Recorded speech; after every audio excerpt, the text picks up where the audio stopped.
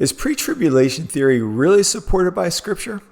We'll talk about this next, coming up on West Clouds Rising.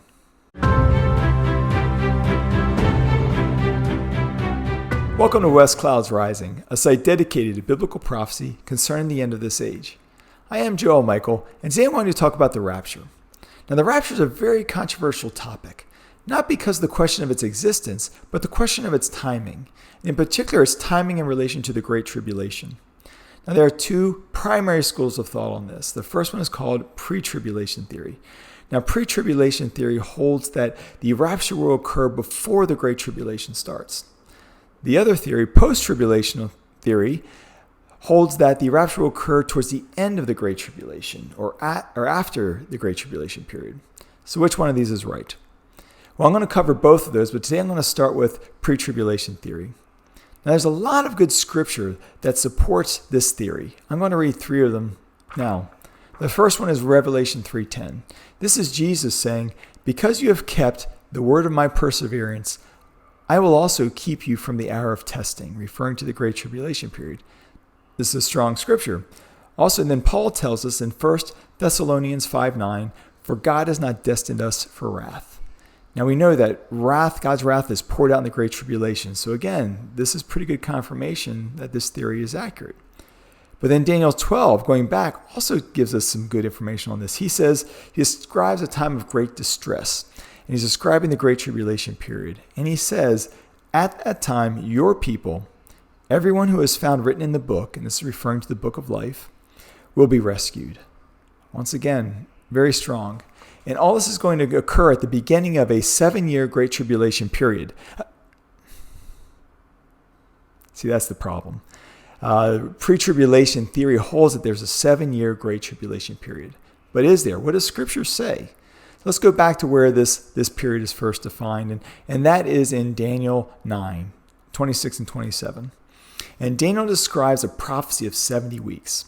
Now, 69 of those weeks have already been fulfilled. That includes the ministry of Jesus and the death of Jesus. And Jesus was cut off, per that prophecy, halfway through a 7-year period, or 3.5 years. Now, we're then told about a period that has not yet occurred, where it says the Antichrist will confirm a covenant with many for 7 years.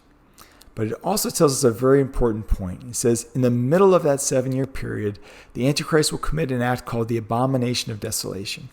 Now, this is extremely important because this act, this event, is found in many scriptures and helps provide an anchor point for timing in these scriptures. So now let's go to where the Great Tribulation is first defined. This is defined by Jesus, and it's in a discussion in Matthew 24.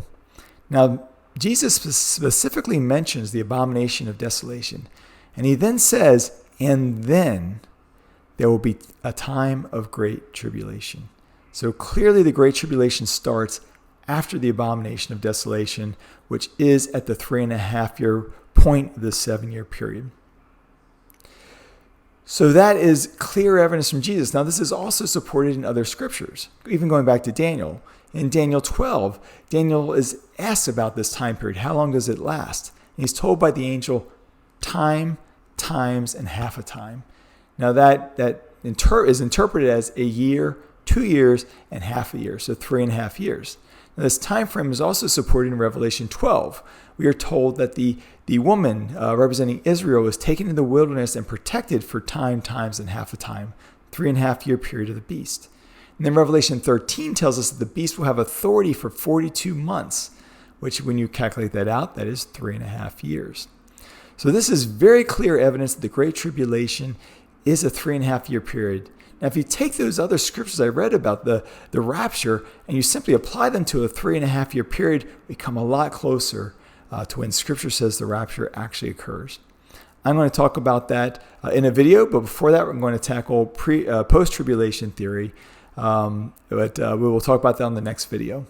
If you like this video, please hit the like button. It helps the video be distributed to more people. Also, subscribe, hit the subscribe button. And if you would like to read more of the blog posts, you may go to my website at www.westcloudsrising.com. Thank you for watching.